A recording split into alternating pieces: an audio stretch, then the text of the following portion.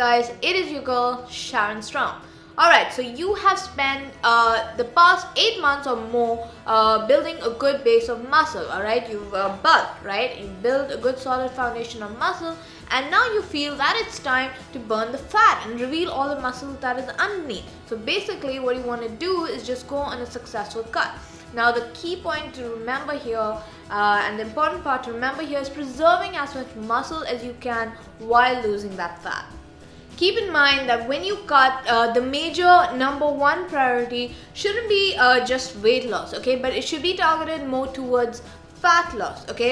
You can cut your calories in half right now, and within a week you will have lost weight, but how much of that would be fat as well as your hard-earned muscle? So the key word to remember here is fat loss, okay. Yes, you are going to lose a little bit of muscle along the journey. That's part of the game, okay, but what we are trying to do here is make that muscle loss to the minimum. So what I'm going to share with you today is a couple of tips that help me, or rather is helping me, and that can help you as well to cut successfully. So firstly, we need to understand is why exactly would our body be using our muscles while cutting?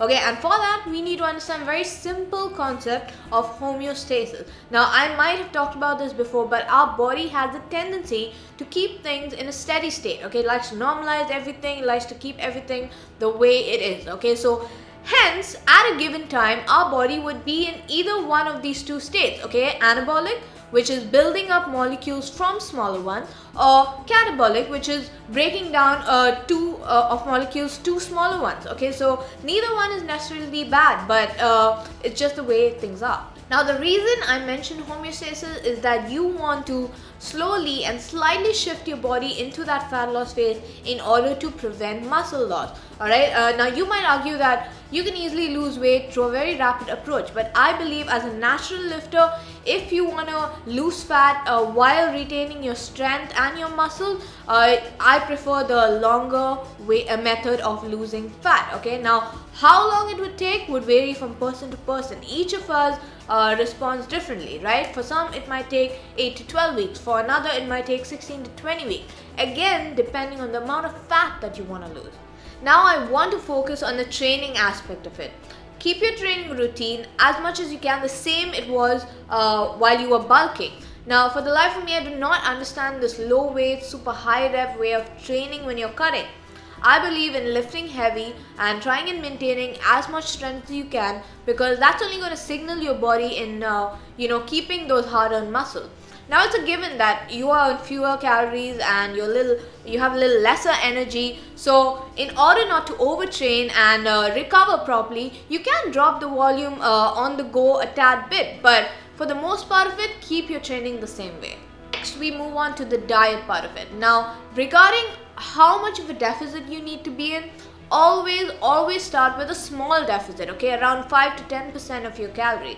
And what you don't want to do is slash your calories in half and then reach a fat loss plateau, and then you have nowhere to go. So what you want to do is just drop your calories in a small amount and then work your way down with more 5 to 10% weight reduction.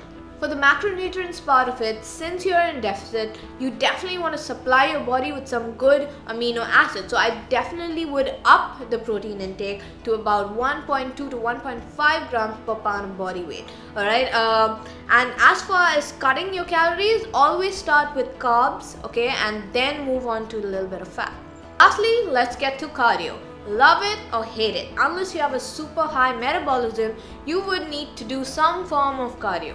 And how I like to approach it is the same way I would approach a calorie deficit. Okay, start with as little as you need and then build up from there. What you don't want to do is overdo the cardio, okay, because that will just burn into your muscles. Alright, and also you can throw in a few sprints and like high intensity stuff here and there, because that's anabolic and it's going to prevent muscle loss. The key point here is to take your time with a successful cut.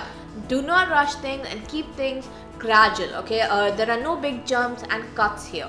So I hope this episode helped you guys and you enjoyed it. Let me know down in the comment box below how you liked it, and as usual, don't forget to like, share and subscribe. Stay strong until I see you again.